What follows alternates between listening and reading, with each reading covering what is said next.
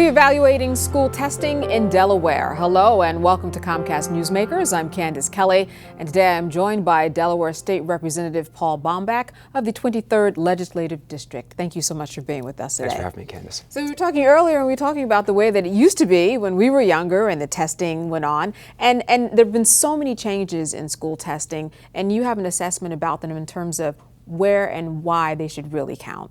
Yes, well, what we have is we have a lot that does count on how the students' tests go. We base our judgment regarding our teachers, our principals, schools, school districts, all on the results of these standardized tests. The challenge is we don't hold the student responsible or the parents responsible, and certainly the students and the parents should be very responsible for the students' growth and education during the year. So I think since we're spending so much priorities on these tests, that we need to broaden the effect of them and make sure that the student owns that, the student has responsibility for that, so the student is just as motivated as the teacher to have that growth happen during the year that they're in the classroom. And when you say that they should own it, you mean that it should count perhaps towards their grade? Oh, absolutely. We're spending 10, 20, I've heard even more than 20% of the school year preparing the students for these tests. It's consuming a large part of their time in the classroom, but it doesn't affect their grade.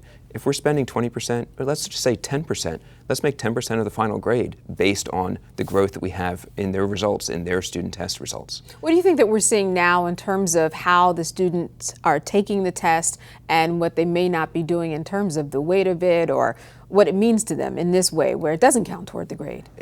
If you put yourself in the shoes of a teenager, teenagers need to know why they're doing something.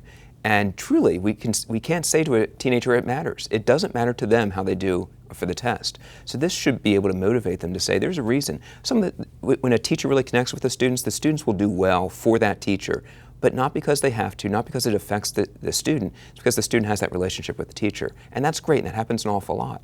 But there's also times where it doesn't happen, and there we need to make sure that the student knows they're responsible and sees the benefit of doing their best on those tests, both the pre-test and the post-test, to show the growth during the year. Absolutely, and I was going to mention that in terms of the growth component, there are some standardized tests out there that do measure growth, and I just wanted you to remark upon that and what it has meant in that context. Sure, we've had a lot of changes there.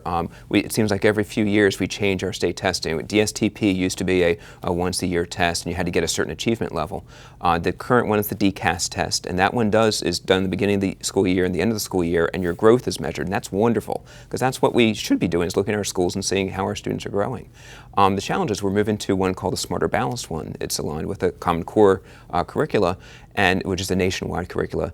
But the challenge is that's not done at the beginning of the year and the end of the year, so we can't use it to find the growth during the school year for a teacher, for a student. So that's a challenge that we have, and I think that when we broaden the responsibilities of who's responsible for these results to include the students, the families, I think that we'll have a bigger voice saying we need to improve this plan that we have right now on the Smarter Balance. You know, all these tests, all these changes, I'm just curious about your opinion about how things have changed from when you were younger and what I'm saying the damage has been, or what the differences have been that have caused this type of a deficit.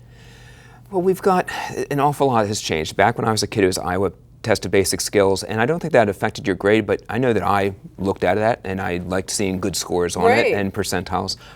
It's gotten to be this just I don't know. It's a revolving door of testing, and it just makes it really difficult for families to know what's coming this year and next year. We need to make it make sense. I'm going to jump in. I want to thank you so much for being with us. Thank you very much. And thank you for watching.